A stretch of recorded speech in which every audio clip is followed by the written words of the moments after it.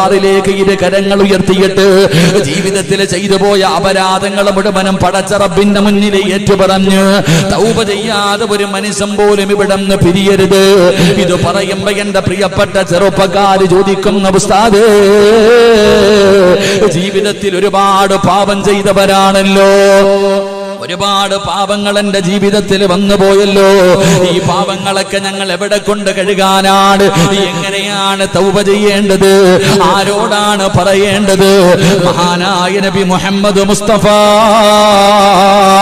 സല്ലല്ലാഹു അലൈഹി വസല്ലമ തങ്ങൾ അവിടെന്ന് പറയുകയാണ്. മഹാനായ അനസ് ഇബ്നു മാലിക് റളിയല്ലാഹു തആല അൻഹു റിപ്പോർട്ട് ചെയ്യുന്ന ഹദീസിൽ കാണാം, അല്ലാഹുവിന്റെ പ്രവാചകന്റെ മുന്നിലേക്ക് ഒരു ചെറുപ്പക്കാരൻ കടന്നു വരികയാണ്. യാ റസൂലല്ലാഹ്, അല്ലാഹുവിന്റെ നബിയേ,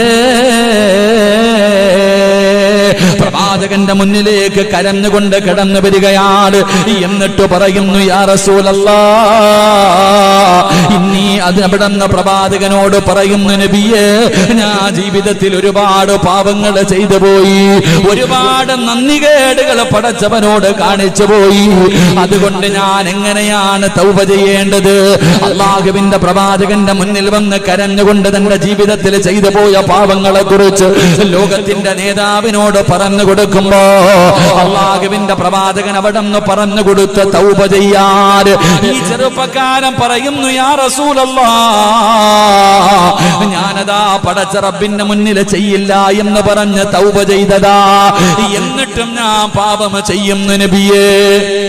അല്ലാഹുവിനോട് ഞാൻ തൗബ ചെയ്തതാണ്, ഇനി ഒരിക്കലും ചെയ്യില്ല എന്ന് തൗബ ചെയ്തിട്ട് പിന്നെയും അതേ പാപം തന്നെ ഞാൻ ചെയ്യുകയാണ്. റസൂലുള്ളാഹി പറഞ്ഞു, നീ പിന്നെയും തൗബ ചെയ്യ്, രണ്ടാമതും തൗബ ചെയ്യ്. ആ ചെറുപ്പക്കാരൻ പറഞ്ഞു, നബിയേ, പിന്നെയും ഞാൻ ആ പാപം ചെയ്യുകയാണ്. റസൂലുള്ളാഹി പറഞ്ഞു, പിന്നെയും തൗബ ചെയ്യ്.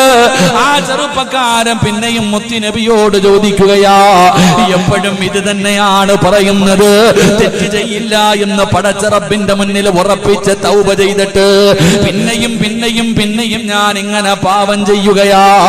അതുകൊണ്ട് പ്രവാചകൻ പറഞ്ഞു, പിന്നെയും തൗബ ചെയ്യാൻ. ആ മനുഷ്യൻ ചോദിക്കുന്നു, യാ റസൂലല്ലാഹ്, എത്രയാ നബിയേ തൗബ ചെയ്യേണ്ടത്? ഏത് സമയം വരെയാ തൗബ ചെയ്യേണ്ടത്? അല്ലാഹുവിന്റെ പ്രവാചകൻ അവിടെ നിന്ന് പറഞ്ഞു കൊടുക്കുന്നു, ചെറുപ്പക്കാരാ, എത്ര വരെയാണ് തൗബ ചെയ്യേണ്ടതെന്നറിയുമോ? എടാ, ഒരു തെറ്റ് ചെയ്തതിന്റെ പേരില് അല്ലാഹുവിന്റെ മുന്നിൽ പോയിട്ട് തൗബ ചെയ്തു പടച്ചവനെ പറ്റിപ്പോയി തമ്പുരാന്, കള്ള് കുടിച്ചു പോയി തമ്പുരാന്, വ്യഭിചരിച്ചു പോയി തമ്പുരാന്, പലിശ തിന്നു പോയി പടച്ചവര്, അല്ലാഹുവേ നിസ്കരിക്കാതെ തോന്നിവാസിയെ പോലെ ജീവിച്ചു പടച്ചവര്, എന്റെ ജീവിതത്തിൽ ഒരുപാട് പാപങ്ങൾ ചെയ്തു പോയി, ഇനി ചെയ്യില്ല തമ്പുരാന് എന്ന് പറഞ്ഞ് ഇന്ന് രാത്രി തൗബ ചെയ്തിട്ട് നാളെ അതേ പാപം തന്നെ നീ ചെയ്താ നാളെ വൈകുന്നേരം നീ തൗബ ചെയ്യണേ. ചെയ്യില്ലെന്ന് പറഞ്ഞിട്ട് മറ്റേ നാള് രാവിലെ വീണ്ടും അതേ പാപം ചെയ്തു, അന്നും നീ തൗബ ചെയ്യ്.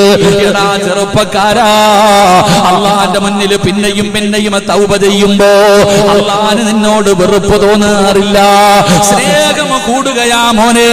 അല്ലാഹുവിന്റെ മുന്നിൽ നീ പോയി തൗബ ചെയ്യുമ്പോ അല്ലാഹുവിന് നിന്നോട് വല്ലാത്ത സ്നേഹമാ, നിന്നോട് വല്ലാത്ത ഇഷ്ടമാ. ഏതുവരെ തൗബ ചെയ്യണമെന്നറിയുമോ? ശൈത്താൻ നിന്റെ മുന്നിൽ തോറ്റുപോകണം.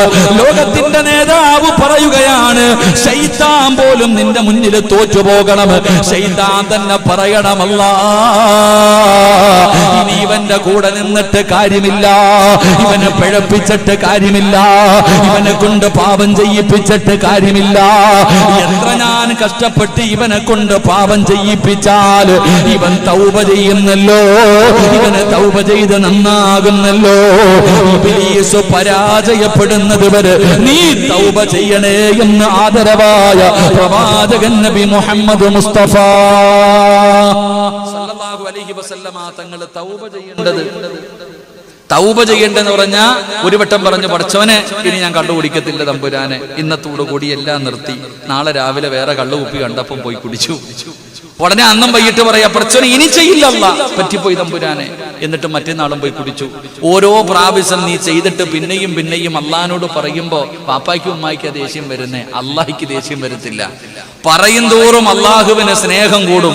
അപ്പൊ ഈ ചെറുപ്പക്കാരൻ പറഞ്ഞു, നബിയെ എന്ന് ഇങ്ങനെ തന്നെയാ ഞാൻ ചെയ്യുന്നത്.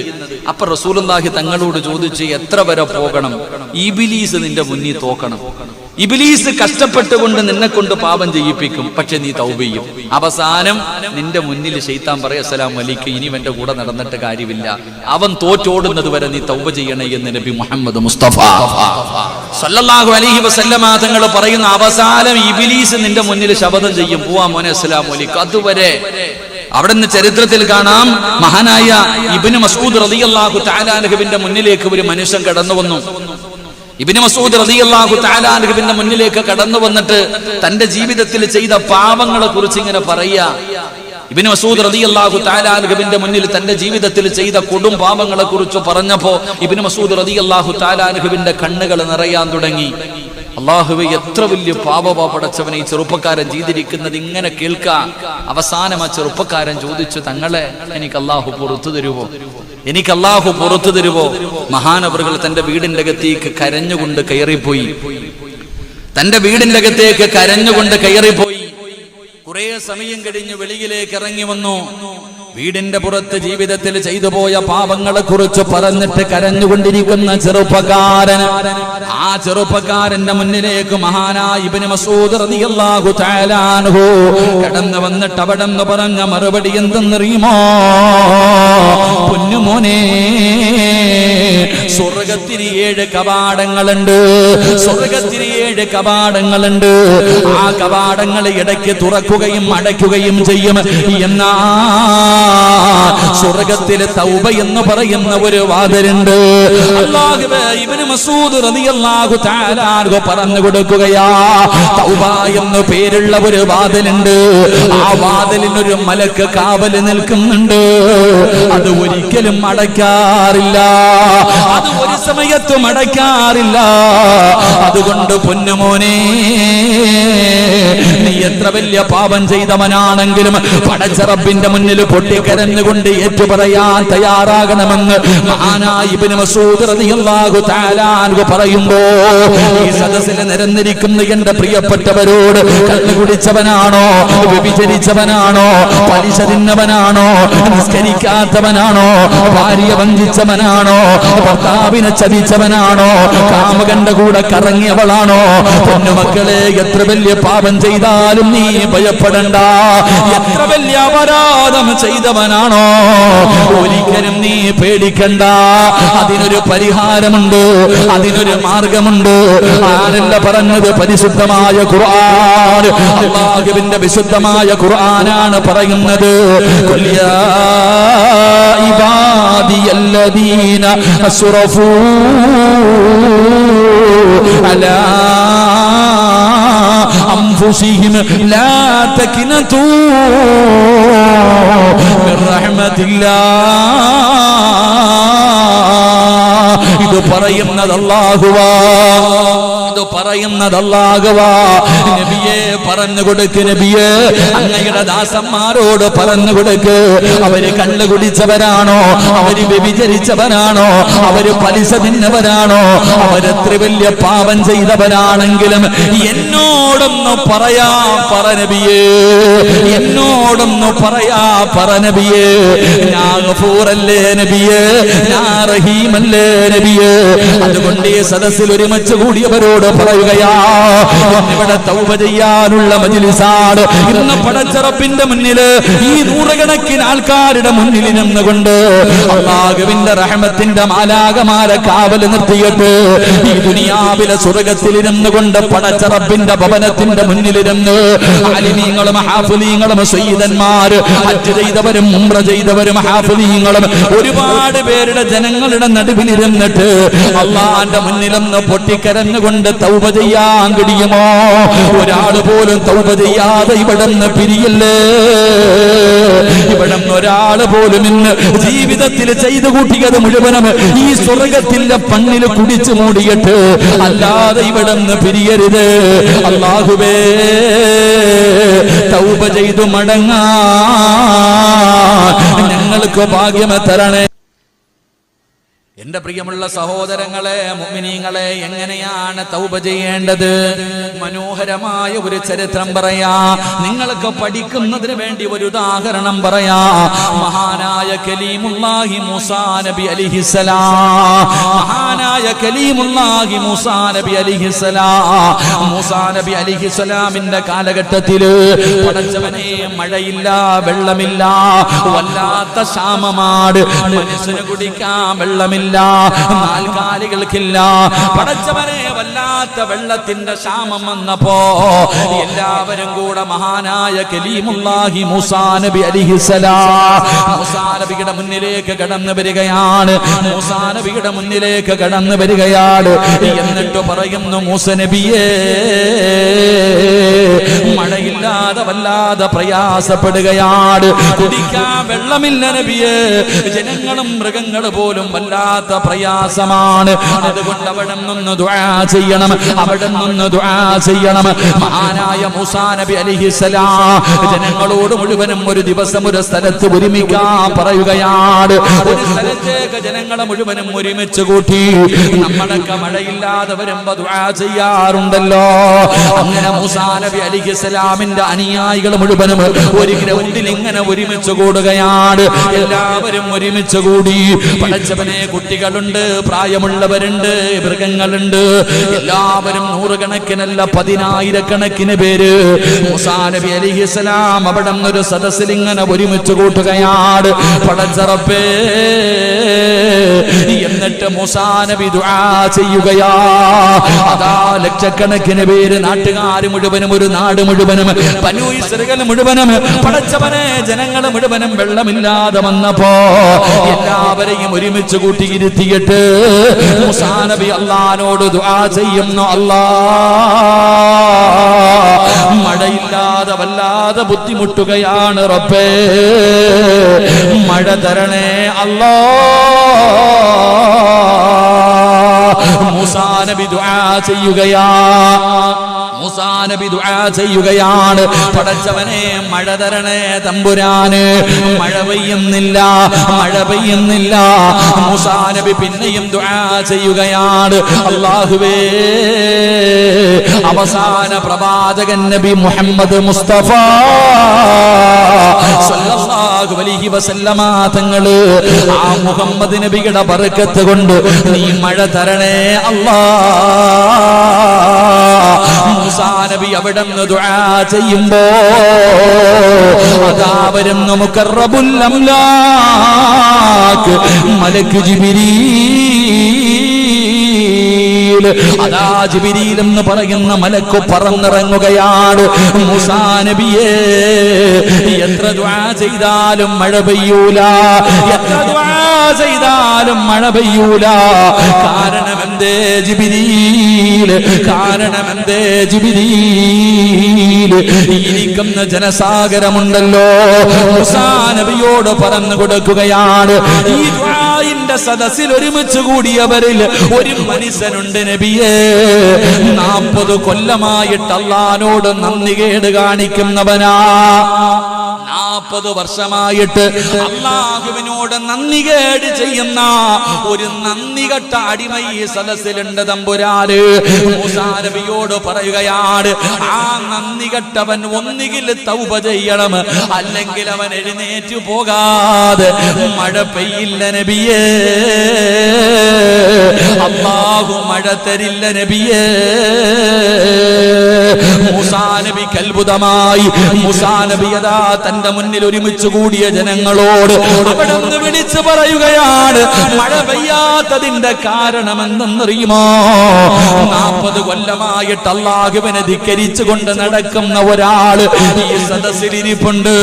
അവൻ എഴുന്നേറ്റ് പോകാതെ മഴ പെയ്യില്ല എന്ന് മൂസാ നബി അവിടുന്ന് പറഞ്ഞു കൊടുക്കുമ്പോ പടച്ചവനെ ജനങ്ങൾ മുഴുവനും പരസ്പരം അങ്ങോട്ടും ഇങ്ങോട്ടും നോക്കുകയാണ്.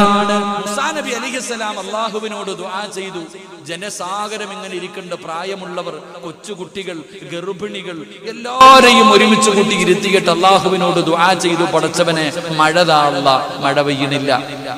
അല്ലാഹുവേ, അവസാന പ്രവാചകൻ നബി മുഹമ്മദ് മുസ്തഫ സല്ലല്ലാഹു അലൈഹി വസല്ലം, ആ അവസാന പ്രവാചകന്റെ ബർക്കത്ത് കൊണ്ടെങ്കിലും മഴ താ അല്ലാ. ജിബ്രീൽ അലൈഹിസ്സലാം വന്നിട്ട് പറഞ്ഞു, പെയ്യൂല. കാരണം 40 കൊല്ലമായിട്ട് അള്ളാനെ ധിക്കരിച്ച് നടക്കുന്ന ഒരുത്തൻ ഈ സദസ്സിലുണ്ട്, അവൻ എഴുന്നേറ്റ് പോകട്ടെ, മഴ തരാം. മൂസാ നബി അലൈഹിസ്സലാം തന്റെ മുന്നിലിരിക്കുന്ന ജനങ്ങളോട് പറഞ്ഞു, 40 കൊല്ലമായിട്ട് അള്ളാഹുവിനെ ധിക്കരിച്ച് നടക്കുന്ന തൗബ ചെയ്യാത്ത ഒരാൾ ഈ സദസ്സിലുണ്ട്, ഓൻ എഴുന്നേറ്റ് പോയാലേ മഴ പെയ്യത്തുള്ളൂ. ആരാണെങ്കിലും എഴുന്നേറ്റ് പോകണം. ജനങ്ങൾ മുഴുവനും പരസ്പരം മുഖാമുഖം നോക്കിക്കൊണ്ടിരിക്കുമ്പോ ഈ 40 കൊല്ലമായിട്ട് പാപം ചെയ്യണ മനുഷ്യൻ ഇങ്ങനെ ചിന്തിച്ചു, അല്ലാ, ഇവിടെ നിപ്പ എഴുന്നേറ്റ് പോയാൽ നാണം കെടും. ഇത്രയും പേരുടെ മുന്നിൽ ഞാൻ മാത്രം എഴുന്നേറ്റ് പോയാൽ എല്ലാവരുടെ മുന്നിൽ ഞാൻ നാണം കെടും. ഈ മനുഷ്യൻ എന്ത് ചെയ്തെന്നറിയോ? അല്ലാഹുവേ, മുഖം ഇങ്ങനെ താഴ്ത്തി പിടിച്ചിട്ട് പതുക്കെ ഇങ്ങനെ റബ്ബിനോട് പറഞ്ഞു, അല്ലാ, ഇത്രയും കാലം ഞാൻ ചെയ്തത് മുഴുവനും പാപമാ. ഈ 40 കൊല്ലം ഞാൻ നിന്നോട് ചെയ്തത് മുഴുവനും പടച്ചവനെ ഞാൻ പാപം ചെയ്തവനാ. ഞാൻ അംഗീകരിക്കുന്നു പടച്ചവനെ, എന്നെ നീ നാണം കെടുത്തരുത്, എന്നെ നീ നാണം കെടുത്തരുത്. ഇൻഷാ അല്ലാ, ഇന്നു മുതൽ ഞാൻ നന്നാകും പടച്ചവനെ. ഒരൊറ്റ വാക്ക്. ഈ മനുഷ്യൻ ഇങ്ങനെ മുഖം താഴ്ത്തി വെച്ചിട്ട് അള്ളാഹുവിനോട് സ്വകാര്യം പറയുക, സമാധാനത്തോടെ പറയാ, പടച്ചവനെ, 40 കൊല്ലം ചെയ്തത് മുഴുവനും ഞാൻ അംഗീകരിച്ചു പടച്ചവനെ, ഇനി ഞാൻ ചെയ്യില്ല അല്ലാ, ഇനി ഞാൻ ചെയ്യില്ല അല്ലാ, എന്നെ നീ നാണം കെടുത്തല്ലേ പടച്ചവനെ. പറഞ്ഞു തീരേണ്ട താമസം ആകാശത്ത് നിന്നും മഴത്തുള്ളികൾ പെയ്തിറങ്ങുകയാ.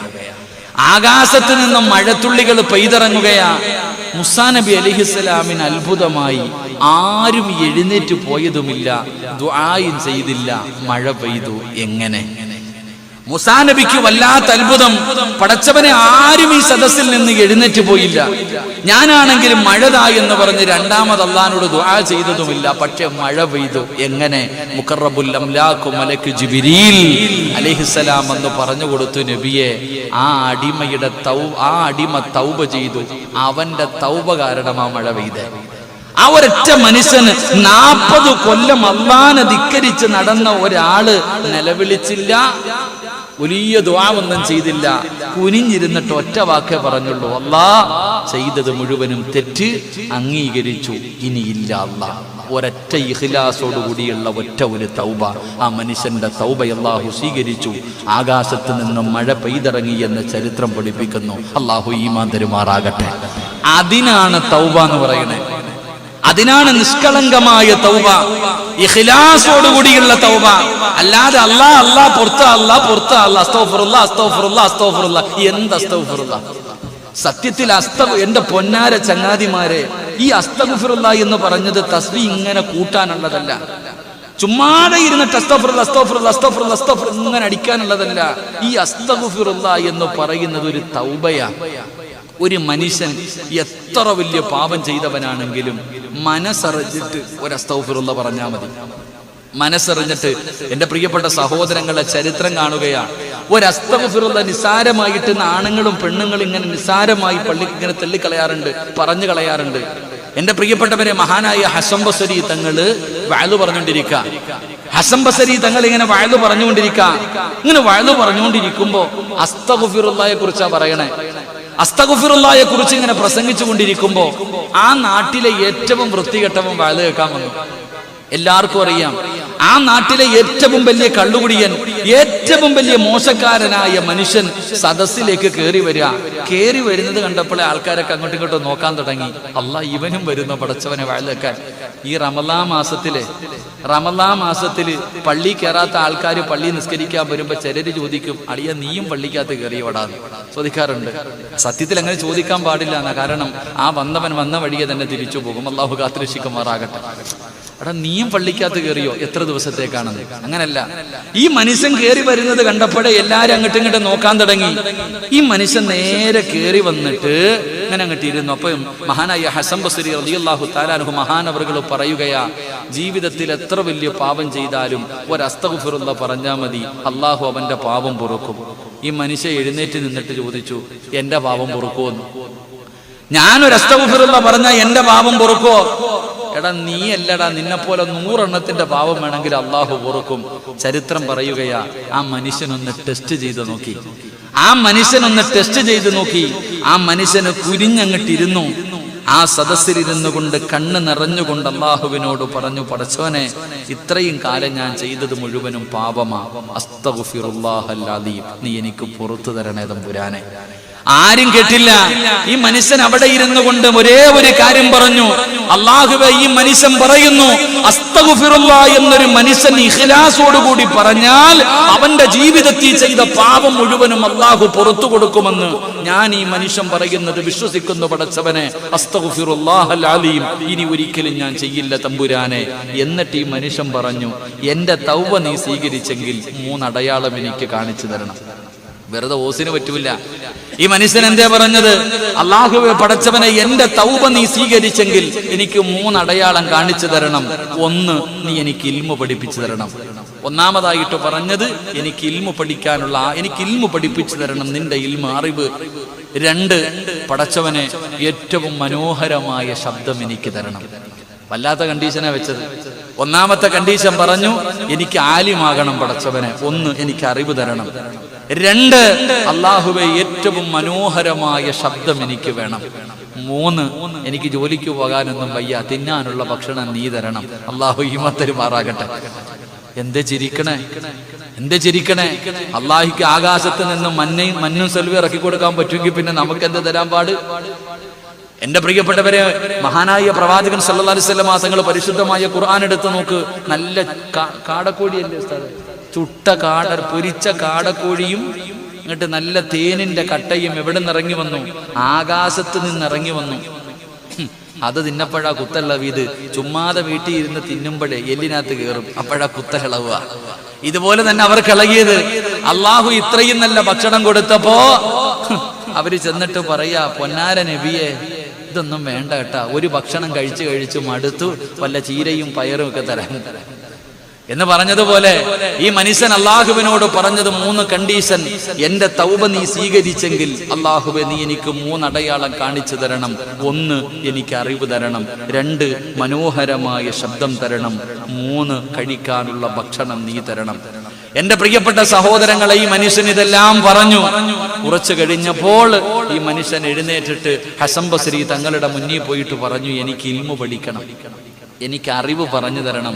എന്റെ പ്രിയപ്പെട്ടവരെ, മഹാനവറുകളുടെ ശിഷ്യനായിട്ട് ഇൽമു പഠിക്കാൻ തുടങ്ങി. ചരിത്രം പറയുന്നു, അള്ളാഹു അദ്ദേഹത്തിന്റെ ശബ്ദം തുറന്നു കൊടുത്തു. ആ മനുഷ്യൻ ഖുർആൻ ഓതുമ്പോ പറവകൾ പോലും പറന്നു വന്നിരുന്ന് കേൾക്കുമായിരുന്നു. ആ മനുഷ്യനെങ്ങാനും അവിടുന്ന് പരിശുദ്ധമായ ഖുർആൻ പാരായണം ചെയ്യുമ്പോ പറന്നു പോകുന്ന പറവകൾ പോലും വന്നിരുന്നിട്ട് ഇങ്ങനെ കേൾക്കും. അൽഹംദുലില്ലാ, അത്രയും മനോഹരമായ ശബ്ദം. ചിലരൊക്കെ കേട്ടിട്ടില്ലേ, പാട്ട് പാടുന്നതൊക്കെ കേൾക്കാൻ എന്താ രസം, മനോഹരമായ ശബ്ദം. നല്ല നല്ല ഗായകന്മാരുടെ പാട്ട് കേൾക്കാൻ അല്ലേ? അള്ളാഹു നമുക്ക് സ്വർഗത്തിൽ പോയിരുന്നു പാട്ട് കേൾക്കാൻ ഭാഗ്യം തരുമാറാകട്ടെ. ആമീൻ പറ. എവിടെ പോയിരുന്ന് പാട്ട് കേൾക്കണം? എന്താ സ്വർഗത്തിൽ പാട്ടില്ലേ?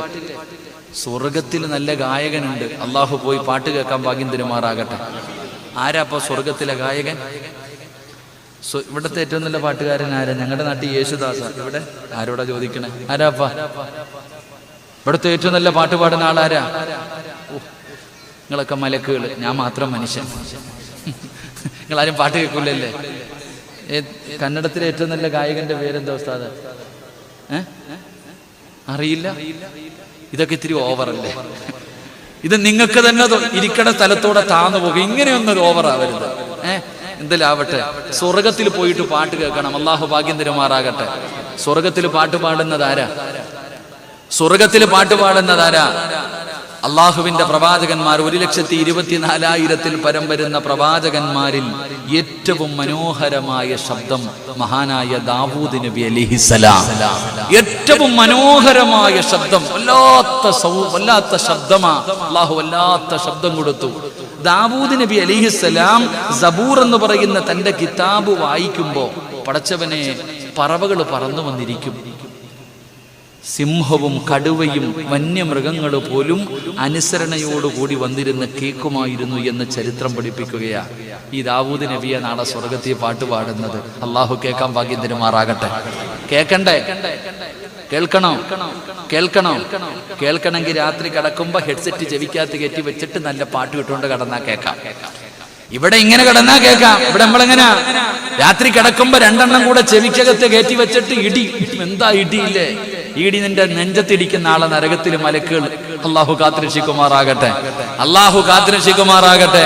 അപ്പൊ ഈ മനുഷ്യൻ, ഈ അസ്തഗ്ഫിറുള്ള പറഞ്ഞ മനുഷ്യൻ അങ്ങോട്ട് ഖുർആൻ പാരായണം ചെയ്താൽ അള്ളാഹുവെ പറവകൾ പോലും വന്നിരുന്ന് കേൾക്കും. അത്രയും മനോഹരമായ ശബ്ദം അള്ളാഹു തുറന്നു കൊടുത്തു. 3, രാവിലെ ഉറക്കത്തിൽ നിന്ന് എഴുന്നേറ്റ് വീടിന്റെ വാതിൽ തുറക്കുമ്പോ ഭക്ഷണമുണ്ടാകും. അതിനകത്ത് എഴുതിയിട്ടുണ്ടാകും ഇത് ഹലാല.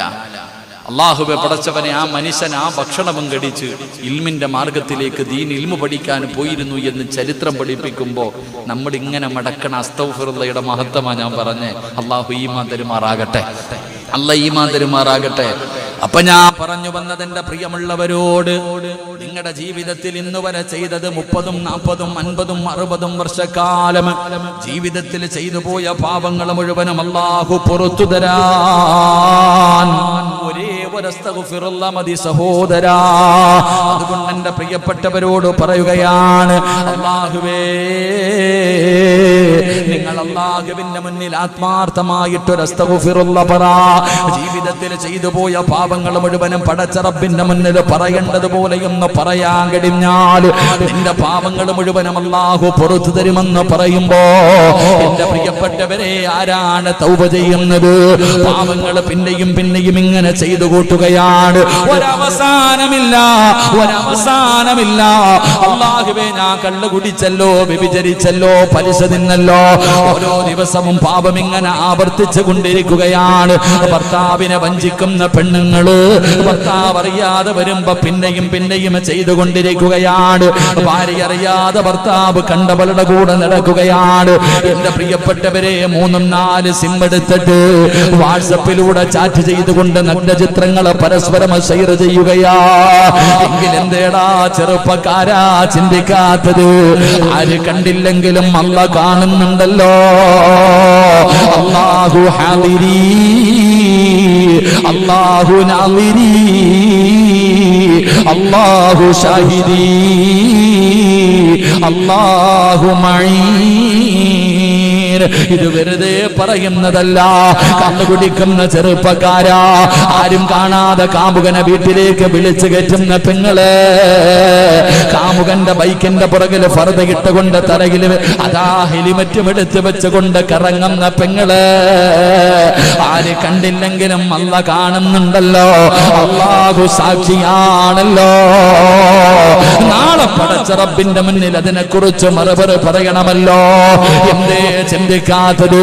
ചിരിച്ചും കളിച്ചും ആസ്വദിച്ചു കൊണ്ടിങ്ങനെ ജീവിച്ചാ പോരാ. ഒരുപാട് ചിരിക്കല്ലേ, ഒരുപാട് സന്തോഷിക്കല്ലേ മക്കളെ. അല്ലാഹുവേ, ഒരുപാട് ചിരിക്കുന്നവരോട്, ഒരുപാട് അടിച്ചു പൊളിക്കുന്നവരോട് മഹാനായ സയ്യിദുനാ അബൂബക്കർ സിദ്ദീഖ് റളിയല്ലാഹു തആല അൻഹു, കുല്ലു ഇംറിഇൻ മുസബ്ബഹുൻ ഫീ അഹ്ലിഹി വൽ മൗതു അദ്നാ മിൻ സിറാകി നഅലിഹി ഒരുപാട് ചിരിക്കുന്നവരോട്, ഒരുപാട് ആസ്വദിക്കുന്നവരോട് മഹാനായ അബൂബക്കർ സിദ്ദീഖ് റളിയല്ലാഹു തആല അൻഹു അവിടുന്ന് പറഞ്ഞു തരികയാ, ഇടയ്ക്കിടയ്ക്ക് കാലിൽ കിടക്കുന്ന ചെരുപ്പിലൊന്ന് നോക്ക്, ഇടയ്ക്കിടയ്ക്ക് കാലിൽ കിടക്കുന്ന ചെരുപ്പിലൊന്ന് നോക്ക്. ആ ചെരുപ്പിന്റെ മാറ് നിന്റെ കാലിന്റെ തൊലിയോട് എത്ര അടുത്ത് കിടക്കുന്നോ അതുപോലെ മരണം നിന്റെ കൂടെയുണ്ട്. അതുകൊണ്ട് എന്റെ പ്രിയമുള്ളവരോട് പറയുകയാണ്, അല്ലാഹുവിന്റെ പ്രവാചകൻ സ്വല്ലല്ലാഹു അലൈഹി വസല്ലമ തങ്ങൾ അവിടുന്ന് പറയുകയാ, യാ അയ്യുഹന്നാസ് തുബുകൂ ഫഇല്ലം തബുകൂ ഫതബാകൂ. അല്ലാഹുവിന്റെ പ്രവാചകൻ അവിടുന്ന് പറയുകയാ, നിങ്ങൾ ഒരുപാട് ചിരിക്കല്ലേ, നിങ്ങൾ കരയണേ, നിങ്ങൾ കരയണേ, നിങ്ങൾ ദുആ ചെയ്യുന്ന സമയത്ത് കരയണേ.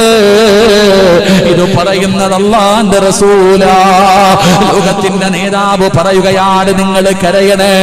ഇനി നിങ്ങൾക്ക് കരച്ചിൽ വരുന്നില്ലേ? നിങ്ങൾ കരയുന്നവരെ പോലെ അഭിനയിക്കണേ എന്ന് ആദരവായ പ്രവാചകൻ നബി മുഹമ്മദ് മുസ്തഫ സല്ലല്ലാഹു അലൈഹി വസല്ലമ തങ്ങൾ പറയുകയാണ്, നിങ്ങൾക്ക് കരച്ചിൽ വരുന്നില്ലെങ്കിൽ സിനിമ കണ്ടിട്ട് കരയുമല്ലോ, സീരിയൽ കണ്ടിട്ട് കരയുമല്ലോ, ക്യാൻസർ പിടിച്ചവനെ കാണുമ്പോ കരയുമല്ലോ, ശരീരം തളർന്നു കിടക്കുന്നവനെ കാണുമ്പോ കരയുമല്ലോ, ശരീരം വേദനിക്കുന്ന സമയത്ത് കരയുമല്ലോ, മരണ വീട്ടിൽ പോയി കിടന്ന് കരയുമല്ലോ, സമ്പത്ത് നഷ്ടപ്പെടുമ്പോൾ കരയുമല്ലോ. എങ്കിൽ കരയേണ്ടതെപ്പോഴാ? ദുആ ചെയ്യുമ്പോ കരയണേ, ദുആ ചെയ്യുമ്പോ കരയണേ. കരച്ചിൽ വരുന്നില്ലേ? അഭിനയിക്ക്, കരയുന്നവരെ പോലെ അഭിനയിക്ക്, കരയുന്നവരെ പോലെ അഭിനയിക്ക്. ഇനി അങ്ങനെ അഭിനയിക്കാൻ പോലും തയ്യാറായില്ലെങ്കിൽ ഫഇന്ന അഹ്ലന്നാരി യബ്കൂ, നരകവാസികൾ കിടന്ന് കരയുകയാ, നരകവാസികൾ കിടന്ന് കരയുകയാ. അല്ലാഹുവിന്റെ റസൂൽ പറയുകയാണ്, നരകത്തിൽ കിടന്ന് ജനങ്ങൾ വിളിച്ചു കൂവുകയാണ്, അല്ലാഹുവേ, കരഞ്ഞ് കരഞ്ഞ് കണ്ണീര് തീർന്നാൽ സുമ്മയസീലു ദിമാ, പിന്നെ ഒഴുകുന്നത് രക്തമാ. അതുകൊണ്ട് ഇന്ന് ഇവിടെ ഒരുമിച്ച് കൂടി എല്ലാവരും ഇന്ന് അവസാനം വരെ പിരിവൊന്നുമില്ല.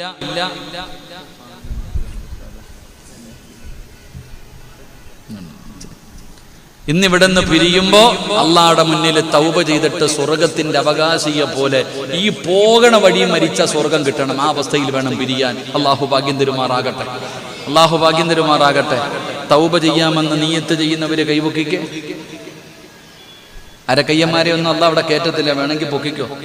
അൽഹംദുലില്ലാ, അള്ളാഹു നമ്മുടെ തൗബ സ്വീകരിക്കുമാറാകട്ടെ, അള്ളാഹു തൗബ സ്വീകരിക്കുമാറാകട്ടെ. എന്തേ പ്രതിഫലം എന്ന് കേൾക്കോ? പലർക്കും കൈപൊക്കാൻ മടി, പലർക്കും കൈപൊക്കാൻ മടി. എന്നാൽ ഈ കൈപൊക്കിയവർക്ക് അള്ളാഹു തരുന്ന പ്രതിഫലം അറിയോ? ഈ കൈപൊക്കിയ നിങ്ങൾക്ക് അള്ളാഹു തരുന്ന പ്രതിഫലം മഹാനായ നബിയുന റസൂലുള്ളാഹി സ്വല്ലല്ലാഹു അലൈഹി വസല്ലം പ്രവാചകൻ അവിടെന്ന് പറയുന്നു. അനസ് ഇബ്നു മാലിക് റളിയല്ലാഹു തആല അൻഹു റിപ്പോർട്ട് ചെയ്യുന്ന ഹദീസിൽ കാണാം, അല്ലാഹുവിന്റെ പ്രവാചകൻ സ്വല്ലല്ലാഹു അലൈഹി വസല്ലം തങ്ങൾ പറഞ്ഞു, ഇദാ മാത്ത ശാബുൻ ത്വായിബുൻ യർഫഉല്ലാഹുൽ അദാബ അൻ മഖാബിരിൽ മുസ്ലിമീൻ. മഹാനായ പ്രവാചകൻ സ്വല്ലല്ലാഹു അലൈഹി വസല്ലം തങ്ങൾ പറഞ്ഞു, ഇവിടെ ഇരുന്ന് കൈപൊക്കിയ നീ, ഇവിടെ ഇരുന്ന് തൗബ ചെയ്ത നീ, ഇന്നിവിടെ നിന്നും വീട്ടിലേക്ക് മടങ്ങിപ്പോയി പോകുന്ന വഴിയിലങ്ങ് മരിച്ചു. അള്ളാഹു നമുക്ക് നല്ല മരണം നൽകുമാറാകട്ടെ.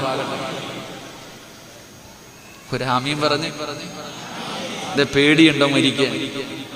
എന്താ പേടിയുണ്ടോ? നീ പിന്നെ എന്നും മരിക്കാനിരിക്കുക? എടാ, ദുനിയാവിലെ സ്വർഗത്തിൽ ഇരുന്നിട്ട് സർവ്വ പാവങ്ങളും അള്ളാഹുടെ മുന്നിൽ ഏറ്റു പറഞ്ഞിട്ട് ഉമ്മ പ്രസവിച്ചതുപോലെ പോണ വഴി മരിച്ചുപോയ സ്വർഗത്തിലല്ലേ പോണ, പിന്നെ എന്തിനാ പേടിക്കണേ? അള്ളാഹു നമുക്ക് നല്ല മരണം നൽകുമാറാകട്ടെ, അള്ളാഹു നല്ല മരണം നൽകുമാറാകട്ടെ. അപ്പൊ എന്റെ പ്രിയപ്പെട്ടവരെ, നീ മരണപ്പെട്ടു. നാളെ ഇവിടത്തെ പള്ളിയിൽ, ഇവിടെ ഈ മിനാരത്തിലൂടെ ഇന്നാലില്ലാഹി വിളിച്ചു പറയാറുണ്ടോ? ഉണ്ടോ? ഈ മരിച്ച വാർത്ത വിളിച്ചു പറയാറുണ്ടോ? ഞങ്ങളുടെ നാട്ടിലൊക്കെ പറയും, ഇവിടെ ഉണ്ടോ എന്ന് എനിക്കറിയില്ല. എന്തിലാവട്ടെ, നാളെ നീ മരിച്ചുപോയെന്ന് വിളിച്ചു പറഞ്ഞു. നിന്റെ വീട്ടുകാരെല്ലാവരും കൂടെ നിന്റെ വീട്ടിൽ കടന്നു വന്നു. നിന്റെ മയ്യത്ത് കണ്ടു, കുളിപ്പിച്ചു, കഫവൊക്കെ പൊതിഞ്ഞു. നല്ല മനോഹരമായ തുണിയിലൊക്കെ വല്ല 3 കഷ്ടം വില കൂടിയതൊന്നുമില്ല, 2500 രൂപ അങ്ങാണ്ടേ ഉള്ള ഒരു പാക്കറ്റിന്. ഈ തുണി അങ്ങോട്ട് വാങ്ങിയിട്ട് നിന്നെ നല്ലതുപോലെ പൊതിഞ്ഞു 3 കെട്ടുകൾ വലിച്ചു കെട്ടി. 3 കെട്ടുകൾ നല്ലതുപോലെ ഇങ്ങനെ ഇറക്കി കെട്ടി കുളിപ്പിച്ചു കൊണ്ടുവന്ന് കിടത്തിയിട്ട് എല്ലാവരും മഹാനായ തഴവ ഉസ്താദ് ആ രംഗം മനോഹരമായി പറയുന്നുണ്ട്. മുക്കിന്റെ ദ്വാരം പഞ്ഞി കൊണ്ടടയ്ക്കുന്നേ, കാണേണ്ടവർ കണ്ടോ ഇതാ പൊതിയുന്നേ. മയ്യത്തുകെട്ടിൽ തോളിലേക്കുയരുന്നേ, പുരയ്ക്കുള്ളിലപ്പോൾ രോദനം ഉയരുന്നേ. അരുമക്കിടാങ്ങൾ വാപ്പയെ വിളിക്കുന്നേ, അതിനുത്തരം നൽകാതെ നീ കിടക്കുന്നേ. വല്ലാത്ത രംഗമാ. മുക്കിന്റെ ദ്വാരത്തിൽ പഞ്ഞിയെടുത്ത് വെച്ചിട്ട് എല്ലാരും കണ്ടല്ലോ, പൊതിയാൻ പോവാ, പൊതിയ അങ്ങട്ട്. അവസാനം ഈ പള്ളിയിൽ നിന്ന് കൊണ്ടുവന്നിരിക്കുന്ന കോടിക്കണക്കിന് രൂപ വിലയുള്ള ഒരു വാഹനമുണ്ട് മയ്യത്ത് കെട്ടില്. അതിന് കോടി തന്നെയാ വില, അതിന് കോടിക്കണക്കിന് രൂപയാ. കാരണം എല്ലാവരുടെ വീടിന്റെ മുന്നിൽ വരുന്നൊരു വാഹനം വല്ലാത്ത വാഹനമാ. ആ വാഹനം വീട്ടിൽ കയറുന്നത് എല്ലാവർക്കും പേടിയാ. ആ വാഹനം വീട്ടിൽ കയറുന്നതിന് എല്ലാവർക്കും പേടിയാ. അങ്ങനെയുള്ള വാഹനത്തിന്റെ മുകളിൽ നിന്നെ എടുത്തു മലർത്തിക്കിടത്തി ഈ പള്ളിയിൽ കൊണ്ടുവന്ന ഖതീബ് ഉസ്താദ് മയ്യത്ത് നിസ്കരിച്ചു. എന്നിട്ട് ഇവിടെ കബറും കാട്ടിലേക്ക് ഇറക്കുക, പള്ളിപ്പറമ്പിലേക്ക് ഇറക്കുക. ഇവിടെ ഇരുന്ന് തൗബ ചെയ്ത നിന്റെ മയ്യത്ത് ഇവിടത്തെ ഖബർസാനിലേക്ക് കബറടക്കാൻ കൊണ്ടിറങ്ങുമ്പോ നിന്നെ കൊണ്ടുവന്ന് ഖബർസാനിൽ കൊണ്ടുവന്ന് ഖബറിന്റെ അകത്ത് ഇറക്കി വെച്ചു. പള്ളിപ്പറമ്പിൽ ഒരുക്കി വെച്ചിരിക്കുന്ന ഖബറ്, ആ ഖബറിന്റെ അകത്തേക്ക് നിന്റെ മയ്യത്ത് ഇറക്കി വെക്ക. ഇതൊക്കെ പറയുമ്പോ പടച്ചവനെ, പണ്ടൊക്കെയായിരുന്നു പള്ളിപ്പറമ്പ്, ഇപ്പൊ പള്ളിപ്പറമ്പൊന്നുമല്ലല്ലോ. പണ്ടൊക്കെ പള്ളിപ്പറമ്പെന്ന് പറഞ്ഞ ഖബർസാൻ എന്ന് പറഞ്ഞ ഒരു പേടിയൊക്കെ ഉണ്ടായിരുന്നു. ഇപ്പൊ കോമഡി പറയുന്നത് പള്ളിപ്പറമ്പിൽ നിന്നിട്ടാ, ഇപ്പൊ തമാശ പറയുന്നത്. എന്റെ പ്രിയപ്പെട്ട സഹോദരങ്ങളെ, ഖബറിനെ കുറിച്ച് അതൊക്കെ പേടിയൊക്കെ മാറി. ഇപ്പൊ വേണമെങ്കിൽ പള്ളിക്കാട്ടിലെ ഖബറിന്റെ ചാരത്ത് നിന്നിട്ട് സെൽഫി എടുക്കണ കാലമാ. അള്ളാഹു കാത്തിരക്ഷിക്കുമാറാകട്ടെ. പണ്ടാരും പള്ളിപ്പറമ്പിൽ പോകാറില്ല പേടിച്ചിട്ട്. എന്നാൽ ഇന്നത്തെ അവസ്ഥയെന്ന് പറഞ്ഞാൽ പള്ളിപ്പറമ്പിലെ ഖബറിന്റെ ചാരത്ത് പോയി നിന്ന് ഫോൺ വിളിക്കും, അവിടെ നിന്നുകൊണ്ട് തമാശ പറയും, അവിടെ നിന്നുകൊണ്ട് രാഷ്ട്രീയം പറയും, അവിടെ നിന്നുകൊണ്ട് കണ്ടവന്റെ പച്ചയിറച്ചിയും തിന്നും. ഇതാണ് ഇന്നത്തെ അവസ്ഥ. എങ്കിൽ എന്റെ പ്രിയപ്പെട്ട സഹോദരങ്ങളെ, ഒന്ന് ചിന്തിച്ചു നോക്ക്. മഹാനായ ആദരവായ പ്രവാചകൻ നബി മുഹമ്മദ് മുസ്തഫ സല്ലല്ലാഹു അലൈഹി വസല്ലമ തങ്ങളുടെ മുന്നിലേക്ക് മഹാനായ അബൂദർ റളിയല്ലാഹു തആല അൻഹു റസൂലുള്ളാഹി തങ്ങളുടെ മുന്നിൽ വന്നിട്ട് പറഞ്ഞു, നബിയെ, ഒന്ന് നന്നാകാൻ എന്തെങ്കിലും ഒരു വഴി പറഞ്ഞതാ. ഉസ്താദിന്റെ അടുക്ക വന്നിട്ട് ചെറുപ്പക്കാര് ചോദിക്കാറുണ്ട്, ഉസ്താദ് നന്നാവാമല്ല ദുആയുണ്ടോ?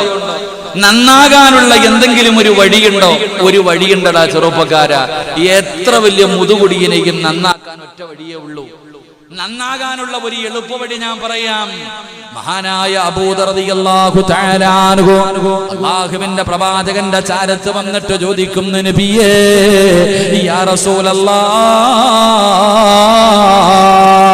അല്ലാഹുവിന്റെ പ്രവാചകരെ, നന്നാകണം നബിയേ, എന്തെങ്കിലും ഒരു വഴി പറഞ്ഞു തരാ പ്രവാചകനോട് പറയുമ്പോ അല്ലാഹുവിന്റെ റസൂല് പറഞ്ഞു, സുനിൽ ഖുബൂർ,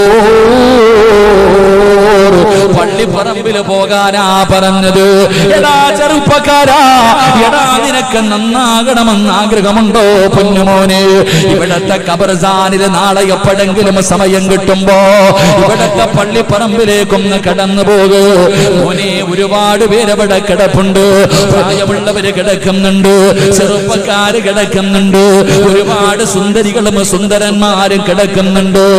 ആ പള്ളിപ്പറമ്പില് കുറച്ചു നേരം ഒന്ന് പോയി നിക്കടാ, നിന്റെ ജീവിതത്തിൽ മാറ്റം വരുമെന്ന് നബി മുഹമ്മദ് മുസ്തഫ സല്ലല്ലാഹു അലൈഹി വസല്ലമ തങ്ങൾ പറയുമ്പോ, എന്നതാ നിന്നെ പോലെ ദുനിയാവിന്റെ തുലിക്കുകളിൽ സ്വപ്നങ്ങളും മോഹങ്ങളും പ്രതീക്ഷകളുമായി ജീവിച്ചിരുന്ന ഒരു മനുഷ്യനെ കൊണ്ടുപോയ പള്ളിപ്പറമ്പിലെ ഒരു ചെറിയ കുടിക്കകത്ത് ഇറക്കി മലർത്തി കിടത്തിയിട്ട് അവിടെ നിന്നുകൊണ്ട് ആ മനുഷ്യന്റെ നെഞ്ചിന്റെ മുകളിലേക്ക് പിടിമണ്ണ് വാരിയിടുമ്പോ അവിടെ നിന്നുകൊണ്ട് തമാശ പറയുന്നവരെ, അവിടെ നിന്നുകൊണ്ട് ചിരിക്കുന്നവരെ,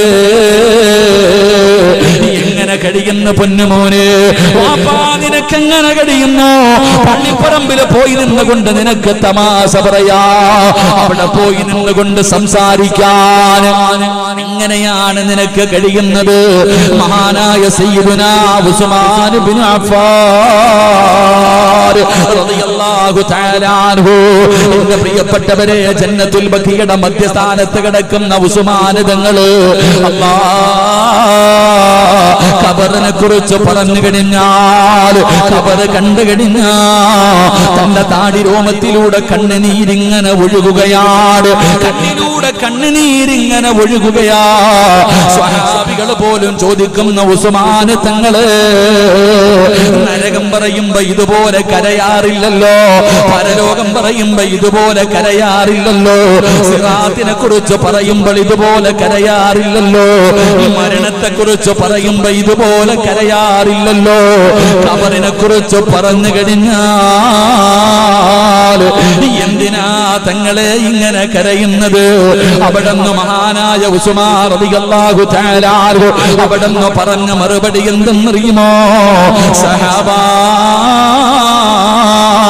അൽ ഖബർ അവ്വലു മൻസിലിൻ മിൻ മനാസിലിൽ ആഖിറ.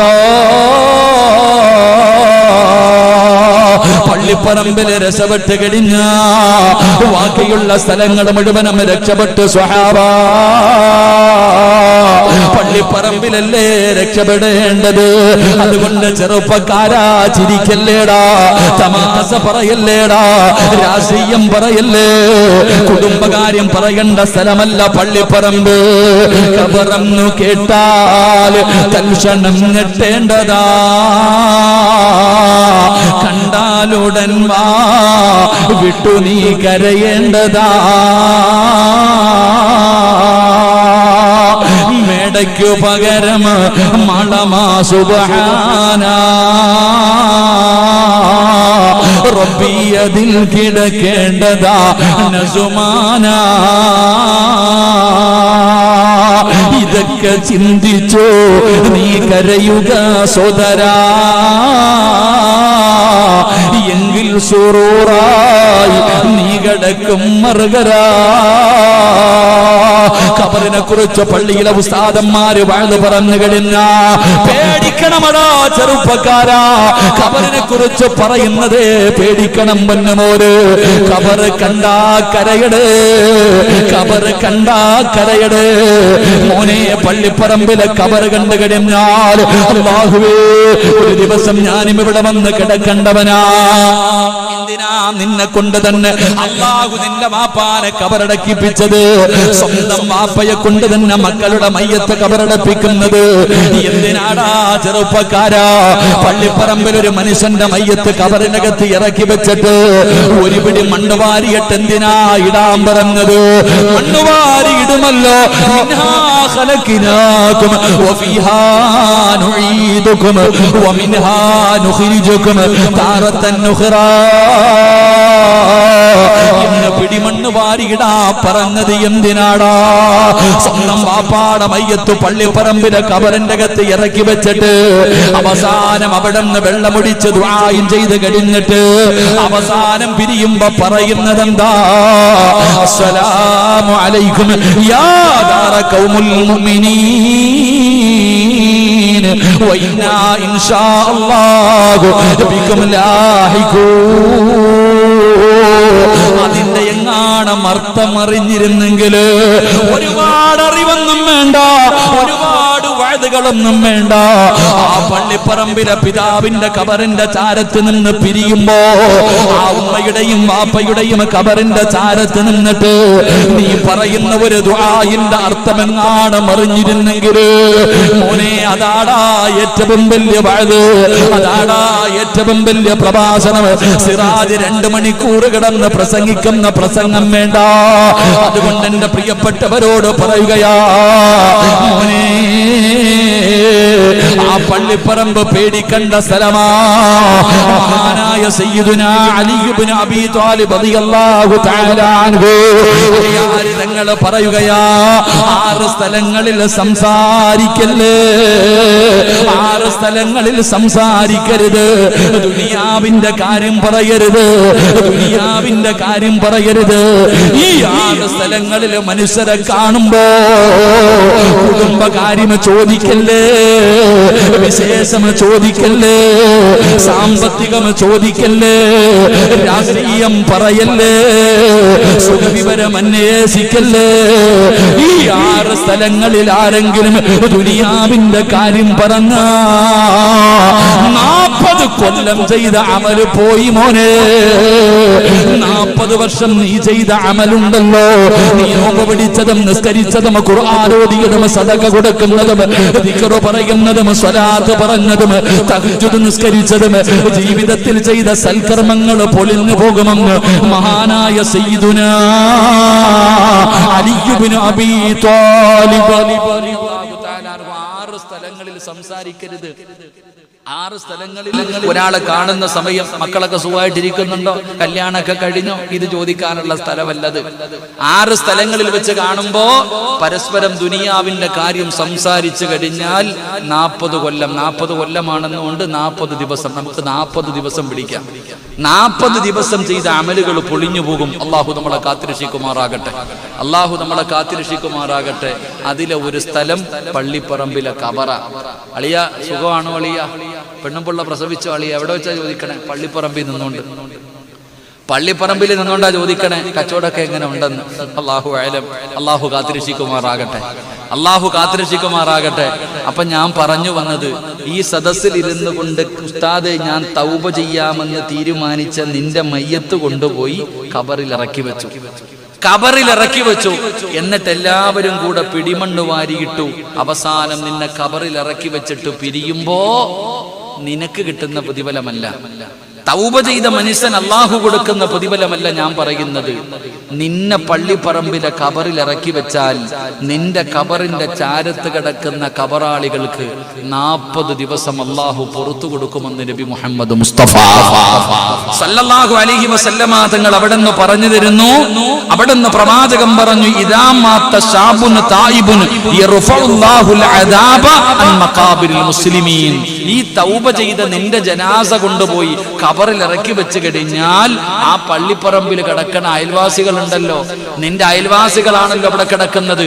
ആ ഖബറിന്റെ അകത്ത് കിടക്കുന്നവരുടെ ഖബറിൽ നിന്ന് 40 ദിവസം അള്ളാഹു അദാബങ്ങ് മാറ്റിവെക്കും, നരകത്തിന്റെ വാതിൽ അടയ്ക്കുമെന്ന് നബി മുഹമ്മദ് മുസ്തഫ.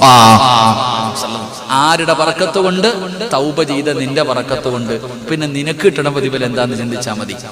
തൗബ ചെയ്ത നിനക്ക് നിന്റെ ജീവിതത്തിൽ നീ കള്ളുകുടിച്ചതും വ്യഭിചരിച്ചതും പലിശ തിന്നത് ഇതെല്ലാം അള്ളാഹുടെ മുന്നിൽ പറ്റിപ്പോയി, പടച്ചോനെ ഇനി ചെയ്യില്ല അല്ലാ എന്ന് പറഞ്ഞിട്ട് മരിച്ചുപോയ നിന്റെ മയ്യത്ത് കൊണ്ട് കബറി വെക്കുമ്പോ തന്നെ അടുത്തുള്ളവർക്ക് കിട്ടുന്നെങ്കിൽ അപ്പൊ പിന്നെ നിനക്കെന്തായിരിക്കും കിട്ടുന്നത്? അള്ളാഹു ഈമാൻ നൽകുമാറാകട്ടെ, അള്ളാഹു ഈമാൻ നൽകുമാറാകട്ടെ. അപ്പൊ ഇൻഷാ അല്ലാഹ് തൗബ ചെയ്യല്ലേ.